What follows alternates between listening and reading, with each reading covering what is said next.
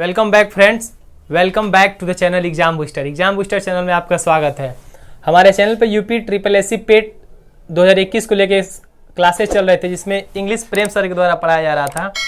तो प्रेम सर का घर हमारे घर से काफ़ी दूर होने की वजह से प्रेम सर हमारे यहाँ नहीं आ पा रहे हैं, और आ भी रहे हैं तो काफ़ी ज़्यादा समय जाया हो रहा है, काफ़ी ज़्यादा समय बर्बाद हो रहा है। तो इस समय की किल्लत को देखते हुए प्रेम सर का अपना खुद का चैनल खोल दिया गया है, और प्रेम सर उस पर इंग्लिश पढ़ा रहे हैं आपको यूपी SSSC पेट का।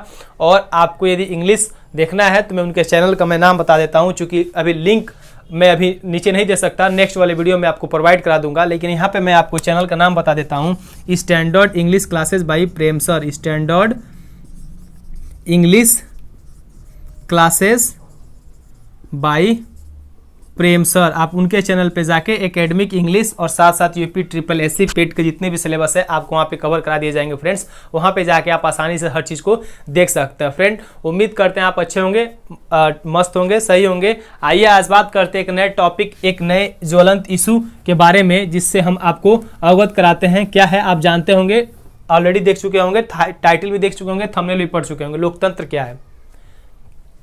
आज तत्कालीन टाइम में लोकतंत्र को लेकर काफ़ी चिंता जताई जा रही है। प्रत्येक देश में लोकतंत्र का हनन हो रहा है। अभी आप हाल ही में जानते हैं 1 फरवरी को म्यांमार में लोकतंत्र वहाँ था। 1 फरवरी से पहले लोकतंत्र था, लेकिन वहाँ के सैनिक ने लोकतंत्र को हटा के वहाँ पे सैनिक सत्ता वहाँ पे काबिज हो गई है। और तब से लेके 2 फरवरी से लेके आज तक वहाँ पे काफ़ी नरसंहार किए जा रहे हैं, आम नागरिकों को मारा जा रहा है सैनिकों के द्वारा। तो फ्रेंड्स, लोकतंत्र को लेकर मैं आज आपके साथ आया हूं। लोकतंत्र का मैं आपको डेफिनेशन बताता हूं, लोकतंत्र के कितने फॉर्म्स होते हैं, उनके रूप के बारे में बात करता हूं, और जो चीज़ें हैं बेसिक मैं आपको लोकतंत्र से अवगत कराता हूं। फ्रेंड्स, यदि मैं आपको 200 या 2000 या 2500 साल पहले ले चलूं, तो सबसे पहले जब कोई सभ्यता आई तो उस सभ्यता में सब कोई इक्वल था, कोई उसमें हेड नहीं था, कोई प्रधान नहीं था। लेकिन धीरे धीरे सभ्यता आगे बढ़ती गई तो उसमें कोई एक आदमी पावरफुल होते गया, सब कोई अपने सत्ता को दूसरे को सौंपने लगा। उसी से धीरे धीरे फॉर्म होते होते लोकतंत्र का परिभाषा सबसे पहले एथेंस में थोड़ा सा झलक दिखाई देता है, उसके बाद इंग्लैंड में आता है, फिर आपका अमेरिका में आता है, फिर फ्रांस में आता है, फिर पूरे यूरोप, एशिया, अफ्रीका और ऑल ओवर द वर्ल्ड में डेमोक्रेसी या लोकतंत्र के कंसेप्ट को फैल जाता है। आज 90% कंट्री दुनिया के लोकतंत्र को अपनाए हुए हैं, और उसके अलावा लोकतंत्र के अलावा भी दुनिया में और बहुत से गवर्नमेंट के फॉर्म है, जैसे राजतंत्र है, कहीं कहीं आपका डिक्टेटरशिप है, तानाशाही है, कहीं कहीं आपका मिलिट्री शासन है। अलग अलग देश में अलग अलग फॉर्मेशन है। जैसे डिक्टेटरशिप में मैं एग्जांपल दूं, उत्तरी कोरिया में किम जोंग उन एक डिक्टेटर हैं, और उसके साथ साथ सऊदी अरब, गल्फ कंट्री जितने भी वहाँ पे एक राजशाही व्यवस्था आज भी चलता है। और म्यांमार का मैं हाल ही में एग्जाम्पल दिया, वहाँ पे मिलिट्री काबिज हो गई, तो वहाँ पे एक समझ सकते हैं मिलिट्री का वहाँ पे शासन चल रहा है। तो अभी वर्तमान में परिस्थितियां 90% से ज़्यादा कंट्रीज डेमोक्रेसी को अपना चुकी हैं और डेमोक्रेटिक कंट्री हैं। आइए बात करते हैं डेमोक्रेसी है क्या, लोकतंत्र है क्या। बेसिक सा परिभाषा है, अब्राहम लिंकन अमेरिका के 13वें राष्ट्रपति के द्वारा दिया गया परिभाषा है लोकतंत्र का डेफिनेशन। लोकतंत्र जनता के द्वारा और जनता के लिए शासन है। Democracy is nothing, it is just for the people, to the people, of the people, of the people, for the people, या ऑफ द पीपल, मतलब जनता के द्वारा और जनता के लिए शासन को ही लोकतंत्र कहता है। यानी फाइनली कंक्लूड करें, फाइनली इसका निष्कर्ष निकाले तो हमें मालूम चलता है लोकतंत्र में जो सत्ता का जो मेन पावर होता है, जो पावर का जो सत्ता का जो मेन सोर्स होता है, वो लोगों के हाथ में होता है। उस पर्टिकुलर देश में रहने वाले लोगों के हाथ में सारी शक्तियां निहित होती हैं, उसी को ही हम लोकतंत्र कहते हैं।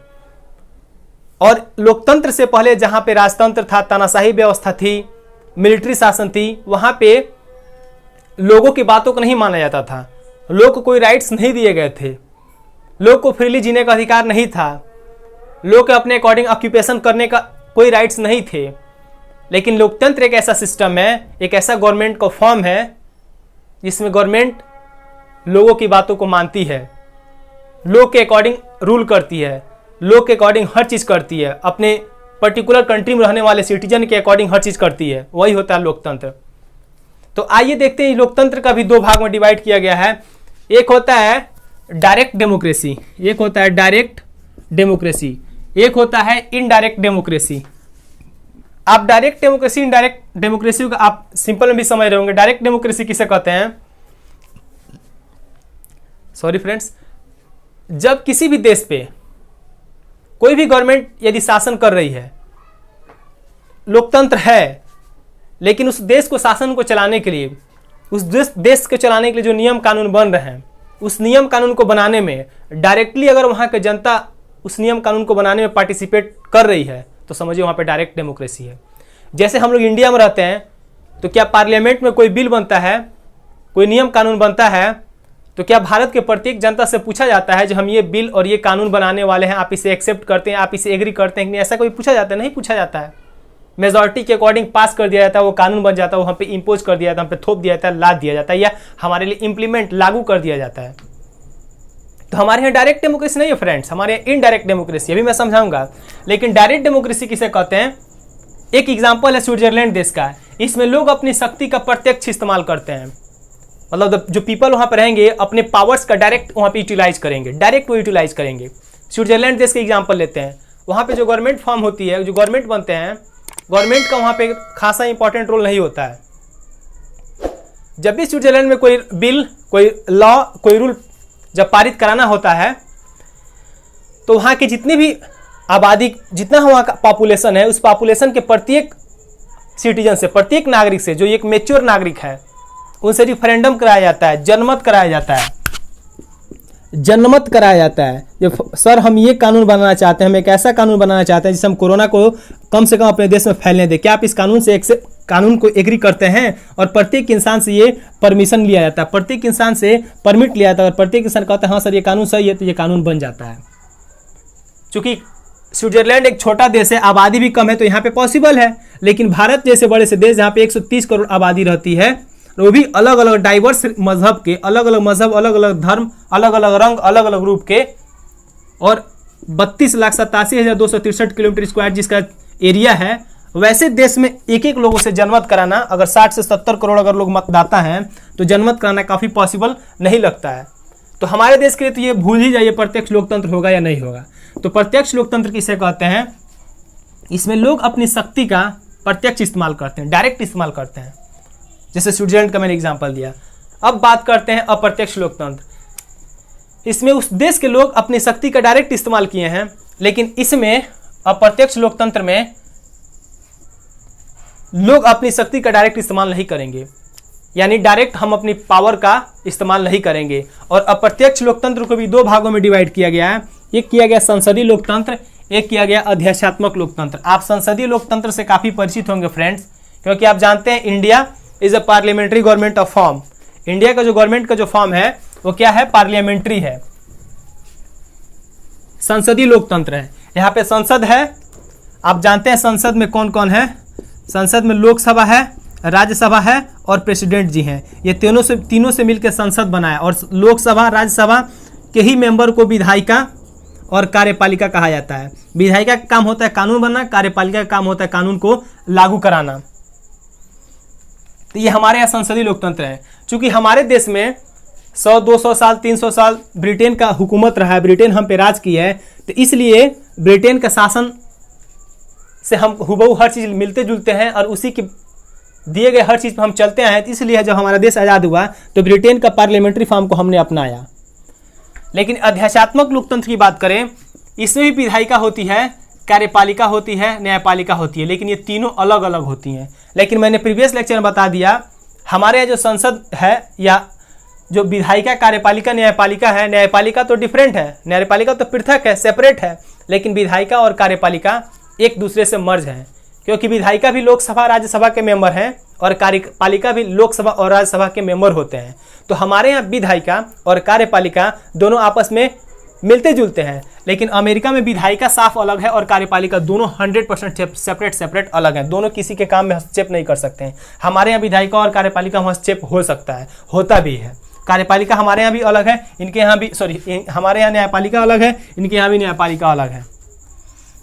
तो यूएसए की ये विशेषता है, अध्यात्मक शासन प्रणाली यूएसए की विशेषता है। अब आते हैं दूसरे पॉइंट में, विधायिका कार्यपालिका की निकटता, संसद से ही मंत्रिपरिषद का निर्माण होता है। यानी बोला मैं, कार्यपालिका और विधायिका आपस में मिलजुल कर कार्य करते हैं, इसलिए कन्फ्लिक्शन भी होता है।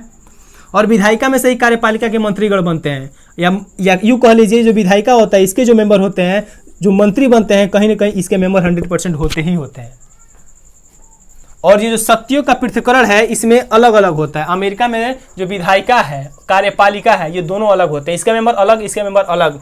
इसके मेंबर का इस मेंबर से किसी प्रकार का रिलेशन नहीं होता है और इसका इससे किसी प्रकार का रिलेशन नहीं होता है, जबकि हमारे यहाँ विधायिका और कार्यपालिका इंटरलिंक होते हैं, आपस में मिले जुले होते हैं। नेक्स्ट पॉइंट पे आते हैं फ्रेंड्स, इसमें कार्यकाल सुनिश्चित होता है। किसमें?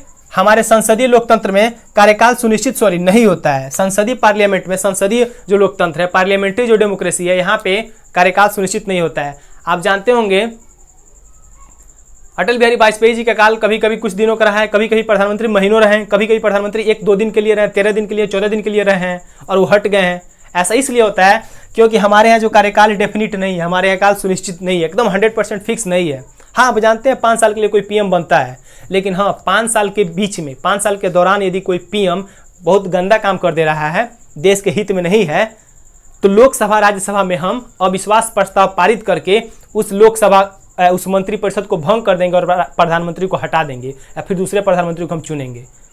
इसलिए हमारे यहाँ कार्यकाल सुनिश्चित नहीं है, 100% सुनिश्चित नहीं है। लेकिन अमेरिका में यहाँ पे 4 साल जो टर्म होता है, राष्ट्रपति जो वहाँ का हेड होता है उसका कार्यकाल 4 साल फिक्स होता है और उस 4 साल के दौरान उसको कोई हटा नहीं सकता। और हटाने का वहाँ का जो प्रोसेस है उसे बोलते हैं महाभियोग, इम्पीचमेंट, महाभियोग। और जो अमेरिका के प्रेसिडेंट जो होते हैं उनको हटाने का जो प्रोसीजर महाभियोग काफ़ी डिफिकल्ट होता है। अब तक कोई ऐसा मौका नहीं आया है जो इम्पीचमेंट के माध्यम से किसी भी अमेरिकन राष्ट्रपति को हटाया गया, काफ़ी टफ होता है। तो इसलिए वहाँ का जो 4 साल का कार्यकाल होता है, समझिए वो सर्वे सर्वा होते हैं, 4 साल उनको कोई नहीं हटा सकता। ट्रम्प को देख लीजिए, उसको कोई हटा पाया? कोई नहीं हटा पाया। ठीक है, सामूहिक उत्तरदायित्व का सिद्धांत यहाँ पे काम करता है। यानी जो संसदीय लोकतंत्र होता है फ्रेंड्स, इसमें सामूहिक उत्तरदायित्व का सिद्धांत, विधायिका कार्यपालिका आपस में मिलजुल के, और उसके बाद से जो संसदीय जो सिस्टम होगी, पार्लियामेंट्री जो फॉर्म होगा, ये सारे लोग मिलके एक देश को चलाएंगे। और कोई भी कांड यदि हो जाता है तो इसकी रिस्पॉन्सिबिलिटी सारे लोग लेंगे, एक इंसान नहीं लेगा। लेकिन इसमें सामूहिक उत्तरदायित्व का व्यवस्था नहीं किया गया। ये चूंकि तीनों अलग अलग होते हैं, तो जिस बॉडी से, जिस निकाय से, जिस संस्था से जो गलती होगा उसको पर्सनल वही एक्सेप्ट करेगा। हमारे विधायिका से गलती हुई फिर भी कार्यपालिका एक्सेप्ट करेगी, कहीं ना कहीं दोनों एक दूसरे का अंग है। लेकिन उनके यहाँ विधायिका से गलती हुई तो विधायिका एक्सेप्ट करेगी, कार्यपालिका से गलती हुई तो कार्यपालिका एक्सेप्ट करेगी। और हमारे यहाँ ऐसा नहीं है, क्योंकि दोनों एक दूसरे से मिलते जुलते हैं फ्रेंड्स। तो ये रहा, मैंने आपको समझाया लोकतंत्र के प्रकार। लोकतंत्र क्या होते हैं? बेसिकली जनता का, जनता के द्वारा, जनता के लिए शासन को डेमोक्रेसी कहते हैं। अर्थात सर्वोच्च शक्ति जनता के हाथ में होती है। जनता जब चाहे तब गवर्नमेंट को हटा सकती है, मतलब 5 साल के अंदर या 5 साल से पहले भी अविश्वास प्रस्ताव पारित करके। और हमने पढ़ा लोकतंत्र भी 2 प्रकार के होते हैं, प्रत्यक्ष लोकतंत्र, डायरेक्ट डेमोक्रेसी, और इनडायरेक्ट डेमोक्रेसी। डायरेक्ट डेमोक्रेसी में इसमें लोग अपने पावर्स का इस्तेमाल डायरेक्ट रूप से करते हैं, और इनडायरेक्ट डेमोक्रेसी में अपने पावर्स का इस्तेमाल इनडायरेक्टली करते हैं। और इनडायरेक्ट में हमने 2 पढ़ा, एक है संसदीय लोकतंत्र और एक है पार्लियामेंट्री, अध्यक्षात्मक, प्रेसिडेंशियल फॉर्म ऑफ गवर्नमेंट। ये 2 हो गए, तो दोनों का हमने विशेषता देखा, इसका भी विशेषता देखा। उम्मीद करते हैं फ्रेंड्स ये वीडियो लेक्चर आपको काफ़ी अच्छा लगा है। अच्छा लगा तो चैनल को प्लीज़, यदि चैनल पे आप नए हैं तो प्लीज़ जाइए चैनल को सब्सक्राइब कीजिए, बेल आइकन को क्लिक कीजिए, वीडियो को लाइक कीजिए, शेयर कीजिए, और प्लीज़ जितना हो सके शेयर कीजिए please. Okay friends, thank you.